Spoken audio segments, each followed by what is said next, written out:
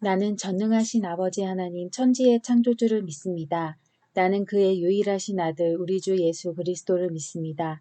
그는 성령으로 잉태되어 동정녀 마리아에게서 나시고 본디오 빌라도에게 고난을 받아 십자가에 못 박혀 죽으시고 장사된 지 사흘 만에 죽은 자 가운데서 다시 살아나셨으며 하늘에 오르시어 전능하신 아버지 하나님 우편에 앉아 계시다가 거기로부터 살아있는 자와 죽은 자를 심판하러 오십니다. 나는 성령을 믿으며 거룩한 공교회와 성도의 교제와 죄를 용서받는 것과 몸의 부활과 영생을 믿습니다. 아멘. 네, 주의 예배 오신 여러분들 진심으로 환영합니다. 네, 지금 우리 이 시간 온 땅의 주인을 찬양하면서 하나님께 찬양을 올리도록 하겠습니다. 온 땅의 주인 되신 주님이 내 이름 아시며 상한 맘 돌보네. 어둠을 밝히시는 새벽별 방황하는 내 맘 주의 길 비추시네. 나로 인함이 아닌 주가 행하신 일로 나를 행함이 아닌 오직 주로 인하여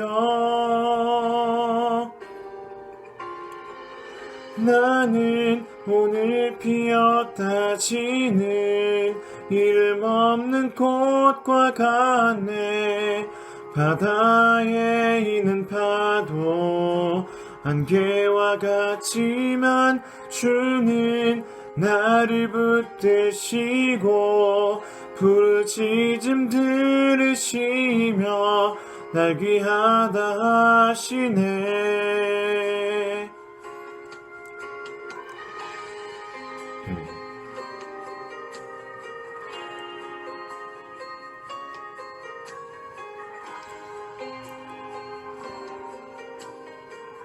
네, 다시 한번 찬양하도록 하겠습니다. 주님은 나의 죄를 보시고 사랑의 눈으로 날 일으키시네. 바다를 잠잠하게 하시듯 내 영혼의 폭풍 고요케 하시네. 나로 인함이 아닌 주가 행하신 일로 나의 행함이 아닌 오직 주로 인하여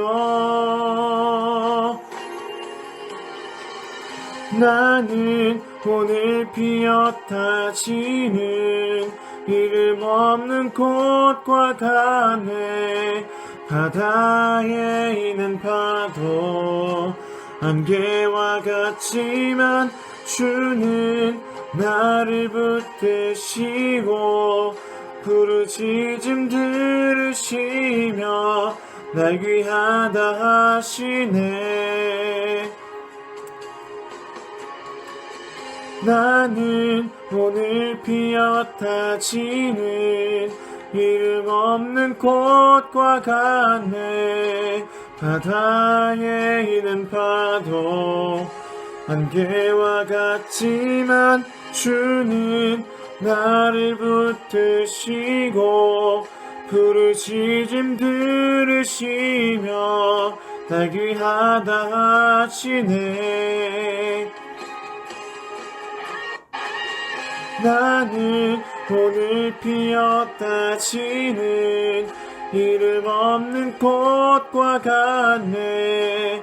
바다에 있는 파도 안개와 같지만 주는 나를 붙드시고 부르짖음 들으시며 날 귀하다 하시네.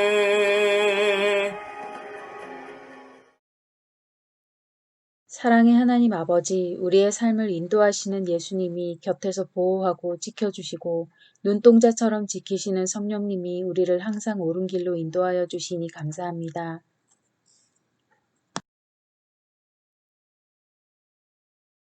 은혜의 하나님 아버지, 하나님이 각자에게 주신 고유한 모습에 감사하지 못하고 남들과 비교하며 원망했습니다. 가장 선한 계획을 가지고 이 땅에 태어나게 하신 하나님을 신뢰하며 하루하루 주님의 뜻을 이루어가게 하옵소서.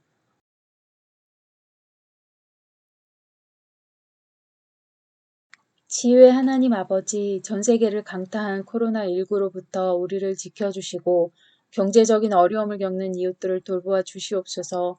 세상 속에서 하나님의 위로를 전하는 우리 교회가 되게 하옵소서. 이제 주님이 가르쳐 주신 기도로 기도하오니 하늘에 계신 우리 아버지, 아버지의 이름을 거룩하게 하시며 아버지의 나라가 오게 하시며 아버지의 뜻이 하늘에서와 같이 땅에서도 이루어지게 하소서. 오늘 우리에게 일용할 양식을 주시고 우리가 우리에게 잘못한 사람을 용서하여 준 것 같이 우리 죄를 용서하여 주시고 우리를 시험에 빠지지 않게 하시고 악에서 구하소서. 나라와 권능과 영광이 영원히 아버지의 것입니다. 아멘. 오늘 우리에게 주시는 하나님의 말씀은 누가복음 3장 3절에서 9절까지 말씀입니다.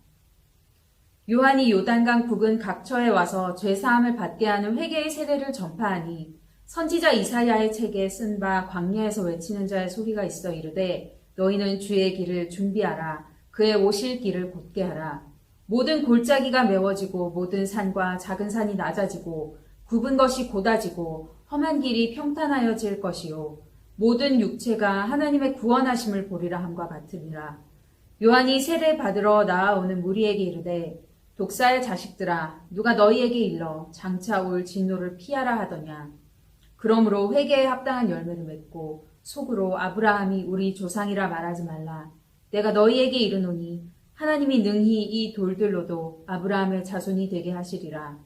이미 도끼가 나무 뿌리에 놓였으니 좋은 열매 맺지 아니하는 나무마다 찍혀 불에 던져지리라. 아멘. 세상을 살아가면서 필요한 중요한 능력 중에 하나는 자기가 전달하고자 하는 메시지를 정확하게 알고 또 그것을 전달해서 상대방이 내 말을 잘 이해하게 하는 것입니다. 더 나아가서는 상대방이 그 말에 감동을 받고 마음이나 행동에 변화가 오게 하는 커뮤니케이션 능력입니다. 여러분이 나중에 대학에 갈 때 쓰게 될 자기소개서나 또 사업 제안서나 회사에서 프레젠테이션 하는 것도 핵심을 잘 전달하는 것이 중요합니다. 노래를 하는 것도 마찬가지죠. 작사가나 작곡가가 어떤 마음으로 이 노래를 만들었는지 잘 이해해야 노래를 감동적으로 잘 전달할 수 있거든요. 오늘 말씀에 등장하는 세례 요한은 자기가 무엇을 전해야 하는지를 정확히 알고 있는 사람이었습니다. 그가 전해야 할 주제는 바로 예수님이 누구이신가 하는 것과 어떻게 하면 예수님께 나아갈 수 있는가 하는 것이었습니다. 그가 이것을 정확하게 알고 그것을 잘 선포했기 때문에 어둠 속에 헤매던 많은 사람들이 예수님 안에서 삶의 이유를 찾고 또 삶의 목적을 찾을 수 있었습니다. 덕분에 우리들도 예수님을 믿는 믿음의 가장 중요한 것이 무엇인지를 알 수 있게 되었지요. 오늘 누가복음 3장 3절에서 9절까지 말씀을 보면서 우리들도 예수님을 정확하게 알고 예수님께 나아가는 정확한 길을 알게 되었으면 좋겠습니다. 오늘 본문 말씀은 세례 요한의 선포로 시작되는데요. 3절 말씀을 읽어보겠습니다. 요한이 요단강 북은 각처에 와서 죄사함을 받게 하는 회개의 세례를 전파하니 세례 요한은 하나님의 때가 오기까지 기도하고 묵상하면서 빈들에서 생활했습니다. 그러던 중 하나님께서 그에게 말씀을 주셨을 때 그는 사람들에게 나아가 외칠 수 있었습니다. 그는 본격적으로 회개의 세례를 전파하기 시작했고 많은 무리들이 그에게 몰려들어 세례를 받고자 했습니다. 세례 요한이 전한 복음은 조금 독특했습니다.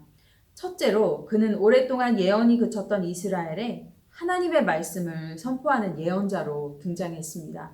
백성들은 이전에 배웠던 많은 가르침들과 율법과는 다른 살아있는 하나님의 말씀을 그의 목소리로 들을 수 있었습니다. 두 번째로는 그가 오래전 이사야 선지자의 말을 인용하여 말씀을 선포했는데, 이사야 선지자가 먼 미래에 오실 구원자를 예언했다면 세례 요한은 그 구원자가 곧 오실 것이니 이제 너희는 준비해야 한다고 선포하며 임박한 하나님 나라에 대해서 이야기한 것입니다. 그리고 지금 이곳에 오시는 구원자 그리스도를 맞이하기 위해 우리가 준비해야 할 것은 회개의 열매라는 것을 선포했습니다. 하나님이 보내실 그리스도를 기다렸던 많은 백성들이 요단강에 나와 세례 요한의 말씀 선포를 듣고 그 말씀 앞에 자신들의 삶을 회개했습니다. 형제 자매를 사랑하지 못한 것, 불의의 이득을 취한 것, 내가 가진 힘으로 남을 괴롭혔던 것, 이 모든 것이 일상 속에서 일어나는 행위들에 관한 것이었습니다. 하나님은 우리의 회개를 통해 새 일을 시작하시고 선한 일을 이루십니다. 왜냐하면 나는 회개할 것이 없다, 나는 많은 선을 쌓아왔다, 이렇게 자랑하는 교만한 사람을 하나님은 미워하시기 때문입니다. 아니, 그런 사람의 삶에는 하나님께서 개입하실 여지가 존재하지 않죠. 개인의 삶에 일어나는 부흥은 자기의 행위를 돌아보고 회개하는 데서 시작됩니다. 그런데 이 한 사람의 회개는 그 사람의 삶만을 변화시키는 것이 아니라 그가 속한 공동체와 사회까지 변화시킵니다.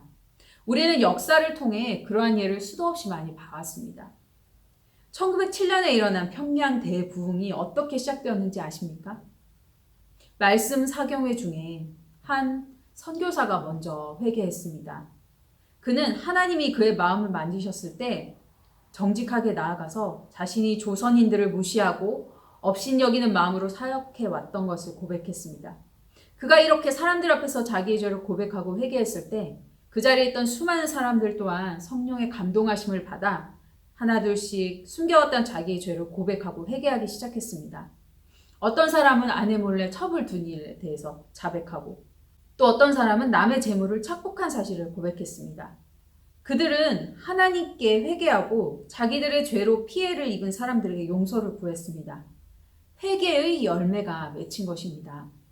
거짓과 분쟁이 가득했던 성도들의 삶은 변화가 되었고, 그들은 도덕적인 삶, 또 기쁨과 감사가 가득한 삶으로 변화되었습니다. 하지만 은혜가 넘치고 하나님의 말씀이 선포되는 곳에는 반대하는 세력도 만만치 않습니다. 마태복음 3장 5절에서 6절 말씀을 읽어보겠습니다. 이때에 예루살렘과 온 유대와 요단강 사방에서 다 그에게 나아와 자기들의 죄를 자복하고 요단강에서 그에게 세례를 받더니, 이어서 7절입니다. 요한이 많은 바리새인들과 사두개인들이 세례 베푸는 대로 오는 것을 보고 이르되, 독사의 자식들아, 누가 너희를 가르쳐 임박한 진노를 피하라 하더냐. 누가복음에서는 세례 받으러 나오는 무리들에게 독사의 자식들아 라고 말했는데, 마태복음에서는 조금 더 구체화해서 그들 중에 바리새인들과 사두개인들이 있었다라고 기록하고 있습니다. 회개하고 세례받는 자리에 많은 사람들이 나와왔지만 그 속에는 진실되지 못한 마음을 가진 사람들도 있었다는 것입니다. 바리새인들과 사두개인들은 왜 독사의 자식이라는 그 폭언을 들어야 했을까요? 그들은 회개의 선포를 듣고 애통해하며 나아온 것이 아니라 세례 요한이 어떤 권위로 저런 말을 하는가, 그의 정체는 무엇인가 염탐하기 위해서, 또 그의 말을 판단하기 위해서 나아왔기 때문입니다. 그들은 회개의 열매를 맺음으로써 주의 길을 준비하라는 선포 앞에서 여전히 자기의 교만함을 뽐냈습니다. 겸손히 그리스도를 맞이할 준비를 하기는커녕 세례 요한의 사역을 못마땅하게 여기고 시비를 걸려고 했습니다. 그들은 회개의 선포가 자기들에게는 해당되지 않는다고 여긴 것이죠. 이 말씀은 우리에게도 경종을 울립니다.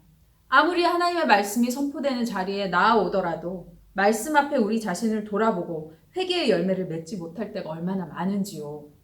이 말씀이 나를 위한 말씀이고 내가 하나님 말씀 앞에 회개해야 할 죄인이라는 것을 인정하지 않는 한 아무 소용이 없는 것입니다. 사두개인과 바리새인의 마음이 어떤 특정한 사람들에게만 있는 것이 아닙니다. 우리 모든 인간의 마음 속에는 나의 잘못을 인정하지 않으려는 마음, 또는 내 잘못을 깨닫더라도 그것을 숨기고 싶은 마음이 존재합니다. 그럴 때 기억하기 바랍니다. 예수님이 찾으시는 사람은 흠없이 완벽한 사람이 아니라 바로 회개하는 심령이라는 것을 말이죠.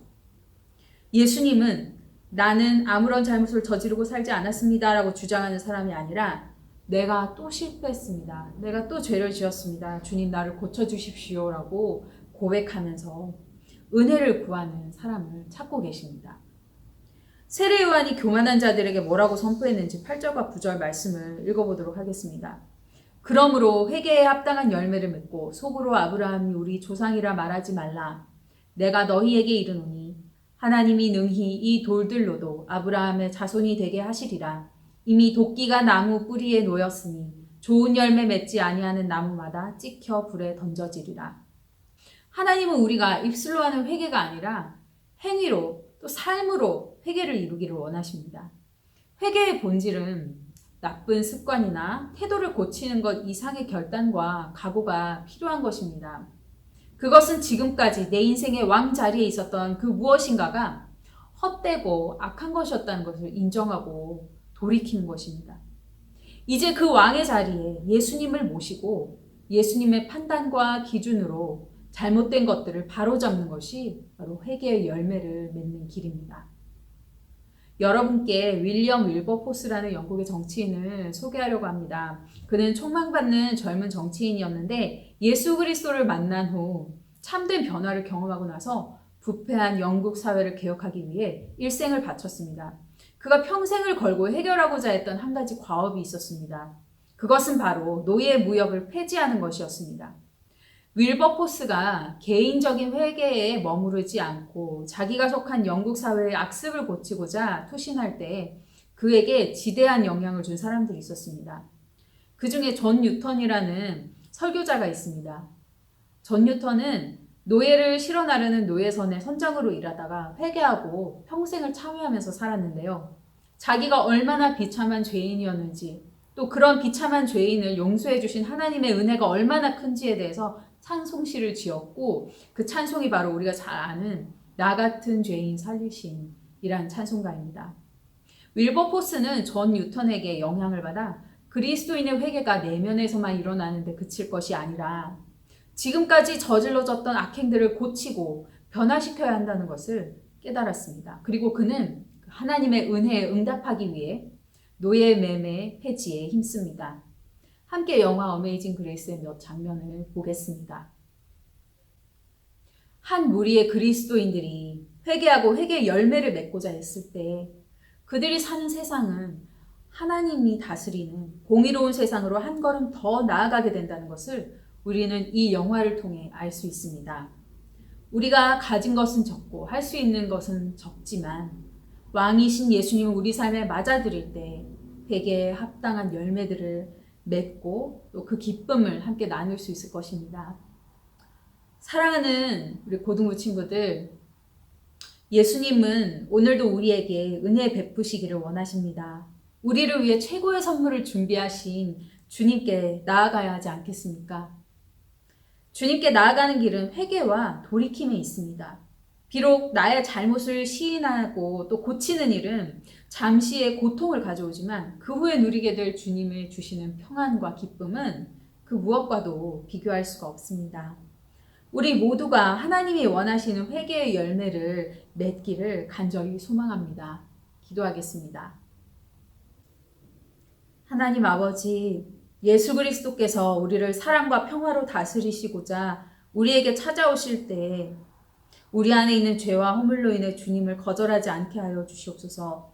주님 오실 길을 준비하는 우리 모든 고등부 친구들 되게 하여 주시옵소서.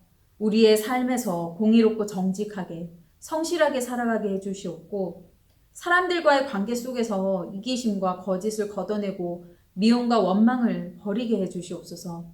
사랑의 열매, 용서의 열매, 공의와 기쁨의 열매를 맺으며 살게 하옵소서. 세상이 우리를 볼 때 우리 삶의 열매들로 인해 진정 하나님의 자녀라고 칭찬받게 하여 주시옵소서. 예수님의 이름으로 기도합니다. 아멘. 이제는 우리 구주 예수 그리스도의 은혜와 아버지의 사랑과 성령의 교통하심이 삶 속에서 열매 맺으며 살기로 다짐하는 모든 고등부 지체들 위해 영원히 함께 하시기를 간절히 축원하옵나이다. 아멘. 첫 번째 광고. 1월달 생일을 축하합니다. 고등부의 살림을 책임지고 계신 김미선 권사님, 2학년 담임을 맡으신 김혜진 선생님, 모두 축하드려요. 사랑합니다. 두 번째 광고. 이번 주에 많은 친구들이 청소년 매일 성경을 구독 신청해 주었는데요. 아직 못한 친구들 이번 주까지만 받을게요. 서둘러 주세요. 세 번째 광고. 예배 캠페인 고등부는 10시에 모두 함께 예배드립니다. 다음 주부터 유튜브 실시간 스트리밍으로 함께 드릴 거니까 모두 함께 해요. 고등부 채널이 별도로 개설되니까요. 각반 선생님들께서 주일 아침에 보내주는 링크로 들어오세요. 다음 주에 만나요.